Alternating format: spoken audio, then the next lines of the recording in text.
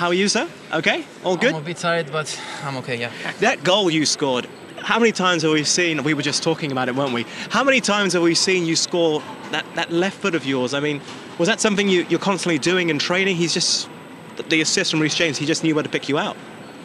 Yeah, we try. We have the license playing way back to arrive on the second post, and we try. Great ball from Reece, good timing, and happy to have scored another one. No, I mean, I think Marcus has shown for years, whenever he's playing in a wing-back position, that as far as going forward is concerned, if there's anyone you want the ball to fall to in the box, it's you. We've seen him do it countless times, especially at this end as well. I mean, to control that ball from Reece on the volley, I mean, as I said, we've seen him do it in this stadium countless times for the last 4 or 5 years. And away from the stadium as well.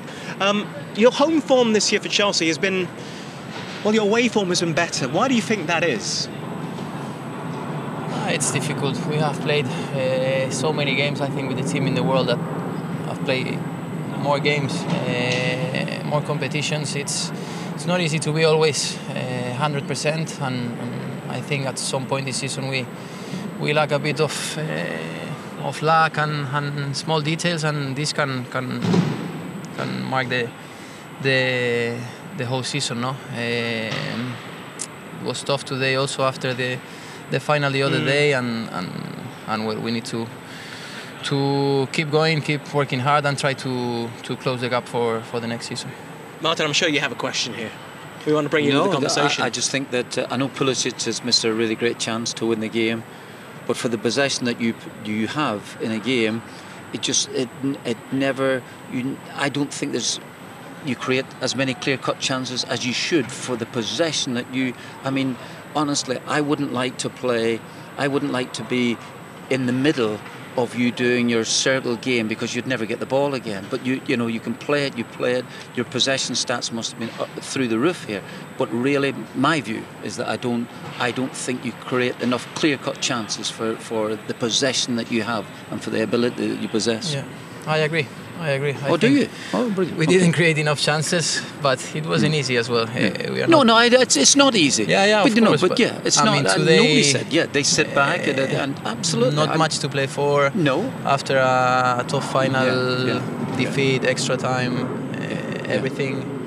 But yeah, we control the whole game. We just missed to create a little bit more chances and maybe score. Yeah, if the penalty decisions go your way, and in other words, I'm talking about the shootouts, you could have ended up with 2 trophies at this minute. So you know, I still think qualifying for the Champions League, 2 finals can go either way at the end of the day. No, well, that's I want to ask as the final question. How do you view Chelsea's season? I mean, for most other clubs to reach 2 finals, to be assured of Champions League football next season, is a fantastic year. But Chelsea's standards tend to be a little bit higher than most clubs. Do you think it's a disappointing season? I mean, we started well with the Super Cup, then we went for the Club World Cup, then I think it's a pity both finals against Liverpool on penalties. Yeah.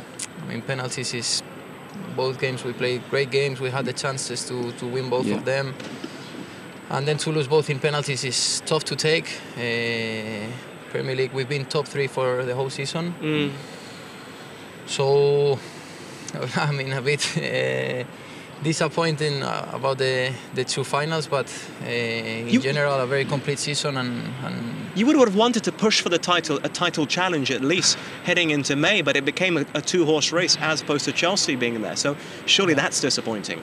Yeah, sure. It was. I think it was around the Christmas period.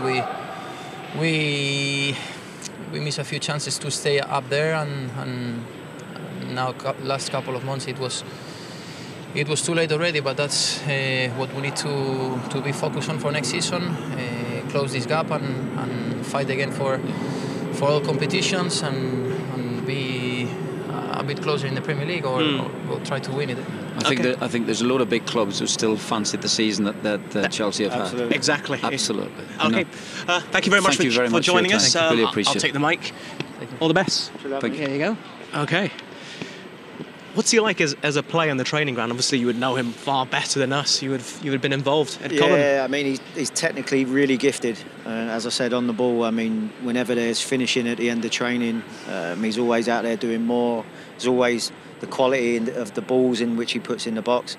And also for a full-back stroke wing-back, he's a really good size as well. So when you're talking about teams like Leicester that maybe lack a little bit of size, they've actually got wing-backs that are probably taller than most of their team. Well, it's surprising how big he is considering his position. I'm not sure if it comes across on camera, but the first time I saw him hugging the touchline, I was thinking, you don't see many fullbacks as tall as Marcos Alonso. Yeah, I think he's a really decent player. Jody knows him inside out.